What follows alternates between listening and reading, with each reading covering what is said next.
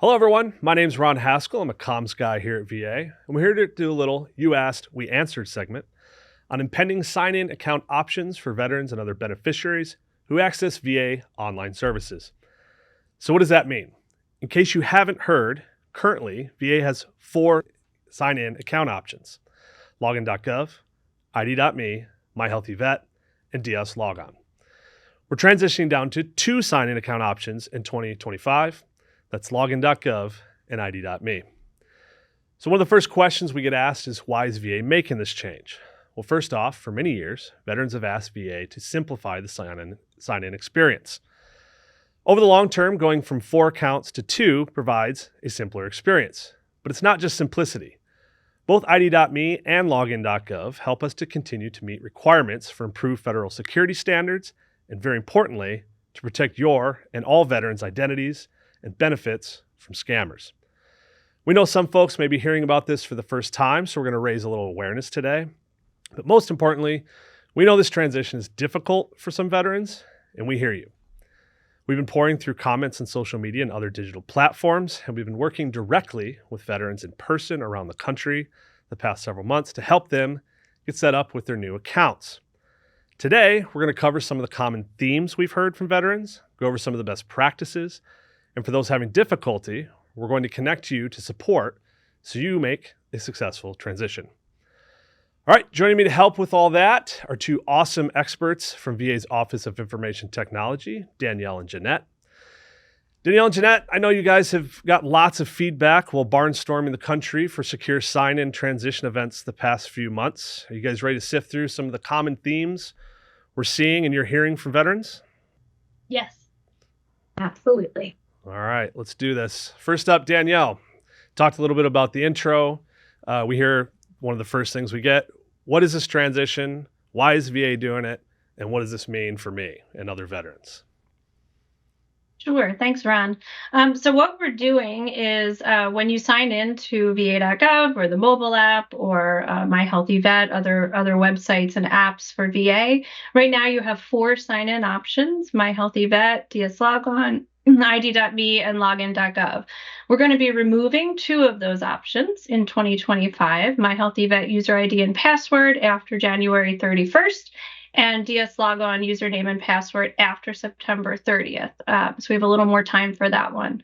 I do want to be clear very quickly that the My HealtheVet health portal itself is not going away. We're just changing the way veterans sign into it by removing that one username and password for My HealtheVet. And we're doing that for 2 reasons. The first is that veterans have asked us many times over the years to reduce the number of sign-in options that they need to choose from. So not needing, there's lots of confusion between why do I need 4 different options to sign in. So we're taking that down to 2.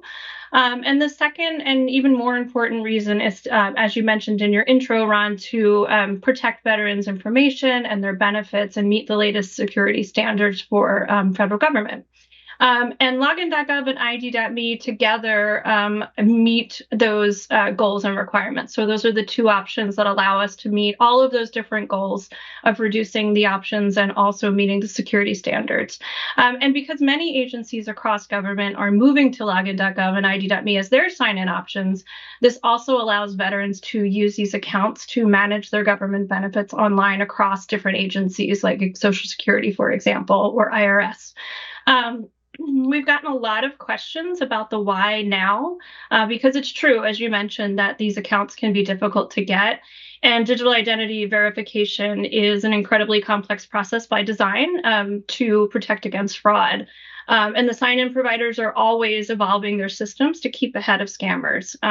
The problem, of course, is that complexity makes it harder for people to get verified. And adding the multi-factor authentication adds another hurdle for sign-in. But we need to do this anyway, and we need to do it soon, because the fact is that scammers aren't waiting to keep evolving their ways of trying to steal veterans' benefits and identities. So we can't wait to evolve the ways that we're protecting the veterans that we're here to serve. Okay, so I'll pose this question. You said we have to worry about it soon. Millions of veterans have already transitioned over, but we still have a large contingent that we're working to get moved over. When do veterans need to worry about this? What are some of the dates that they need to know? Sure. So this depends on how often you sign in to VA's online tools like VA.gov or My HealtheVet or the mobile app, and what type of sign-in account you have now. So if you have a Login.gov or ID.me account now and you're using it and you're all set up, you don't need to worry about these deadlines at all. You only need to pay attention to the January 31st deadline if you're actively using VA's online tools now and you only have a My HealtheVet user ID and password. So if that's the case, and that's the only account that you're using today, you'll want to try and set up your new Login.gov or ID.me account by January 31st. And then conversely, if you're using DS Logon, you would want to do the same by the end of September 2025 when we remove that option. But we do want to make sure that folks know that while we're removing those options on those dates, you're not going to lose any data or benefits if you do not make it, to getting an account by that deadline. You can get a Login.gov or an ID.me account at any time after that as well. And as soon as you get that new account set up, you can start managing your care and benefits online again. So no data will go away. Everything will be there just as you left it. And then veterans can, of course, always refill their prescriptions with our automated refill line, manage other health and benefits needs by phone or in person. And those options will always be available. Okay. Jeanette, I'm going to go over to you now. We see a lot of questions on this, through social media. Folks aren't sure. They ask, how do you choose? Do you want a Login.gov or an ID.me account? How does a veteran choose to get between the two?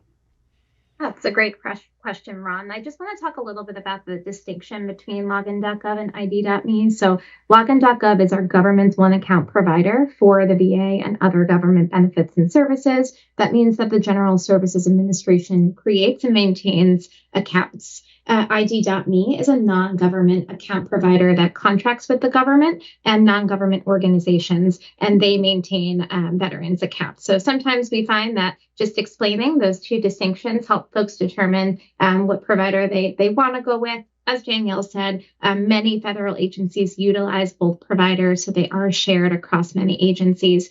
Both of the accounts meet those modern security standards and protect their data so that only veterans are accessing the data that they've shared, and both allow for a single secure account to access VA benefits and, again, other shared benefits across other federal agencies. What we really find is many veterans will select the account that feels like it makes more sense for them.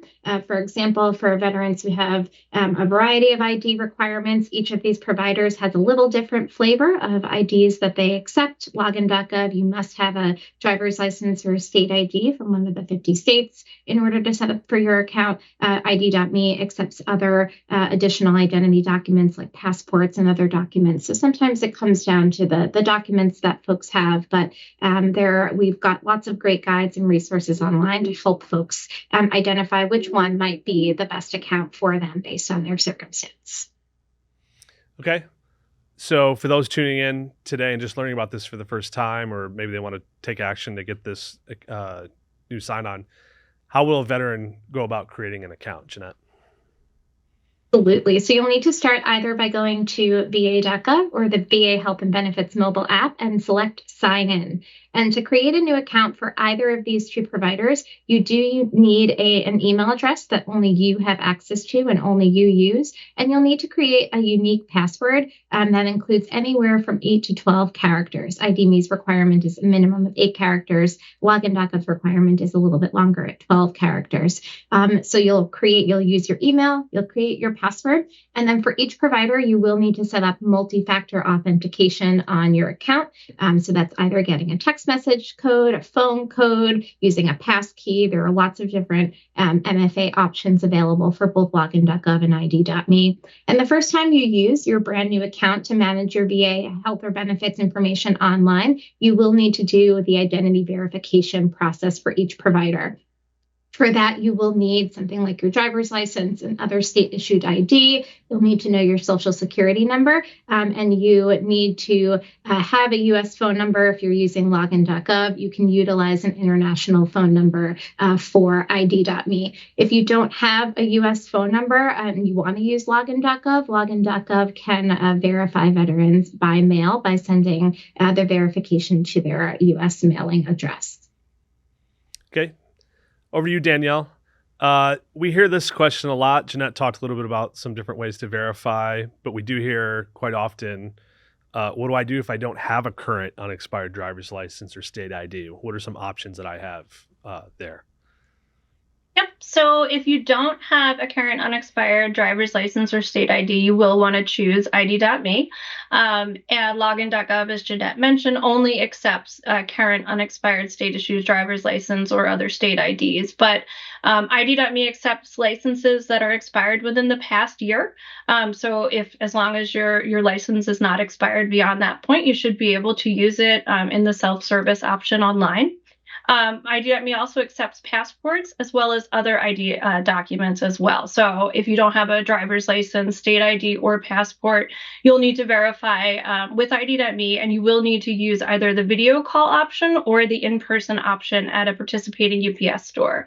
But you should be able to get an account, and you can start the process online and choose either that video call or in-person option, and ID.me will guide you through the process of which types of documents to upload. So you will need a couple of additional documents there. Okay. And another one that we saw through YouTube comments and some other ones is, what do I do if I don't have a phone number in my name? Yep. So a phone number on a plan that's in your name is one of the factors that both Login.gov and ID.me use to verify your identity.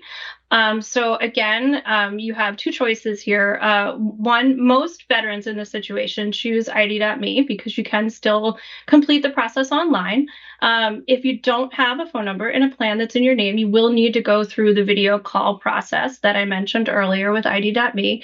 And what that basically consists of is a brief video call with a trusted agent from ID.me who will ask you to show some documents, ask you some information, make sure it's really you that's setting up your account. And it typically doesn't take more than a few minutes. So you'll start the verification process online and then choose the verify in a video call option. And you'll need to upload a few documents ahead of the call. During that process, the ID.me will walk you through which documents that you'll need. But in general, those are documents like a social security card, a utility bill, an SSA 1099, a vehicle registration, auto insurance card, or a home statement with, a document that has your full name and full information like that. So it's typical of, if you go to apply for a driver's license or a passport, you need kind of those secondary documents there. For veterans who do want to get a Login.gov account, you can still get one, but you do need to choose the verify by mail option once you've created your account and you're starting to go through that verification process online. You would choose the verify by mail option, and Login.gov will send you a letter in the mail with instructions on how to complete the verification. So there is still that option, but it does take a little longer. You have to wait for that letter in the mail. Okay. Jeanette, I'm going to kick this one over to you. We've talked a lot about different options for working with an agent directly, submitting by mail. We do get a lot of questions, especially from older veterans or people that have a hard time connecting online. If people are having trouble doing this online, what are their options for in-person verification? I know you guys have been traveling all over the country and meeting with veterans at VAMCs and things like that. What are the options for in-person verification? So each account that we have offers a different option for verifying your identity online. So for Login.gov, they partner with the United States Postal Service to offer in-person identity verification at over 18,000 participating USPS locations across the country. So veterans can choose from the start to identify themselves in person at one of these participating post offices. They fill in a bunch of information. They'll generate a barcode. They bring that barcode and their identification documents to a USPS location that participates in in-person verification for Login.gov. and they can get verified there in person. Also, if a veteran starts the self-service process and is unable to get through that process, they can also verify their identity in person if they've failed that self-service process. So that will be an automatic backup as well. ID.me recently launched a US UPS pilot for all VA veterans to be able to go into a participating UPS location, either as a walk-in or via appointment, to get verified for ID.me at a UPS location. So in that circumstance, a veteran would go in, they would bring their documentation, and there are trained UPS staff who are there who can help them get verified effectively over this device that helps them get connected on a video call with an ID.me trusted referee agent. So we find that's a really great option for veterans who don't have very much access to technology or may not have a cell phone or the ability to do this from a home computer. They can walk right into a participating UPS location to get identity verified for ID.me. Okay. So lack of technology, that's one option. Is that same deal for folks that do not have a smartphone? Like, what should veterans do if they do not have a smartphone to do this process?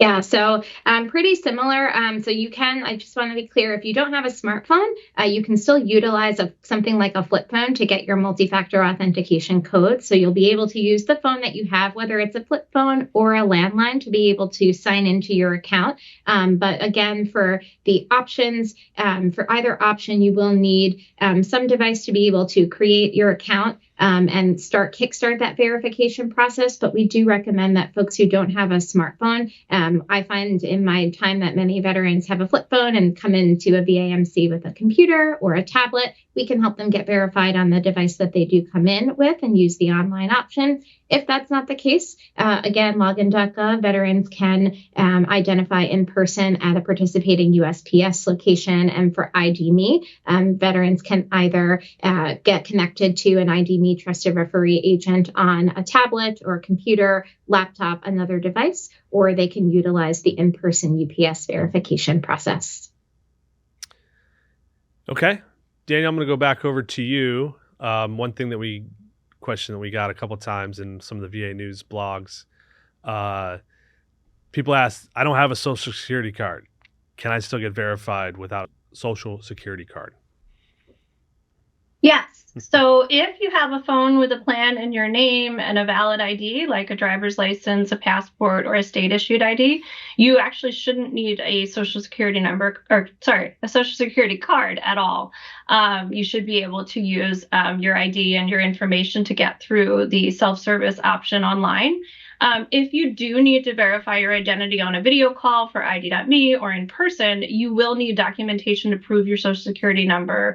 But this doesn't have to be your social security card. You could use other documents like your DD-214, your NGB-22, your W-2, your SSA 1099, a pay stub, or a bank loan or financial document that has your full name and social security number on it. So there's a variety of options that ID.me, for example, does accept to prove your social security number if you do have to go through that video call route. Okay. So last question. We've gone over an assortment of different options, resources, places to get this done. Certainly understandable where some folks may feel overwhelmed and not sure where to begin, or just having difficulty and it's not working for them. Where can veterans go to get support if they're having trouble creating their accounts? There's a spot that they can go to get direct support? Yes, absolutely. So first, I would say as we mentioned, there's a lot of guidance on va.gov. We have step-by-step guides, a lot of answers to questions about common issues. So I would definitely encourage that route to see, if those things help. But the best way to get support is to submit an online support ticket directly with the sign-in service provider. So with Login.gov or ID.me, because they are able to help directly with each unique situation. So for Login.gov, you can go to www.login.gov/contact. And you can scroll to the section for submitting a help ticket, and that will ask you questions about, what the situation is that you're dealing with. So if you start to run into problems, you're getting errors or things like that, that's definitely the best route to go to get that direct support. For ID.me, you can also submit a support ticket online. You can go to help.id.me and scroll to the contact support button to submit a ticket there. Some similar process there. And then the support team for Login.gov or ID.me will reach out to you to talk to you about your specific issue and help you with that. And we have found, Jeanette and I both, as we've been helping veterans across the country, have found the support to be very helpful once you connect, because they can kind of see into your account and help you figure out your specific situation. VA is also holding in-person support sessions as much as we can across the country, so keep a watch out for those from your local VA locations as well. Great. Okay, so we'll take some of that information and put in the wrap up to put that in there so folks have their can reach them as they need to be. All right, that's all the time we have for today. I want to thank Danielle and Jeanette for coming on and answering some of the questions we're hearing from veterans and beneficiaries. We'll be sure to link the many great resources shared today, and we certainly welcome you to continue asking questions on the sign-in transition. As you ask them, we'll do our best to answer. For Danielle and Jeanette, I'm Ron Haskell. Thank you for watching. Be well.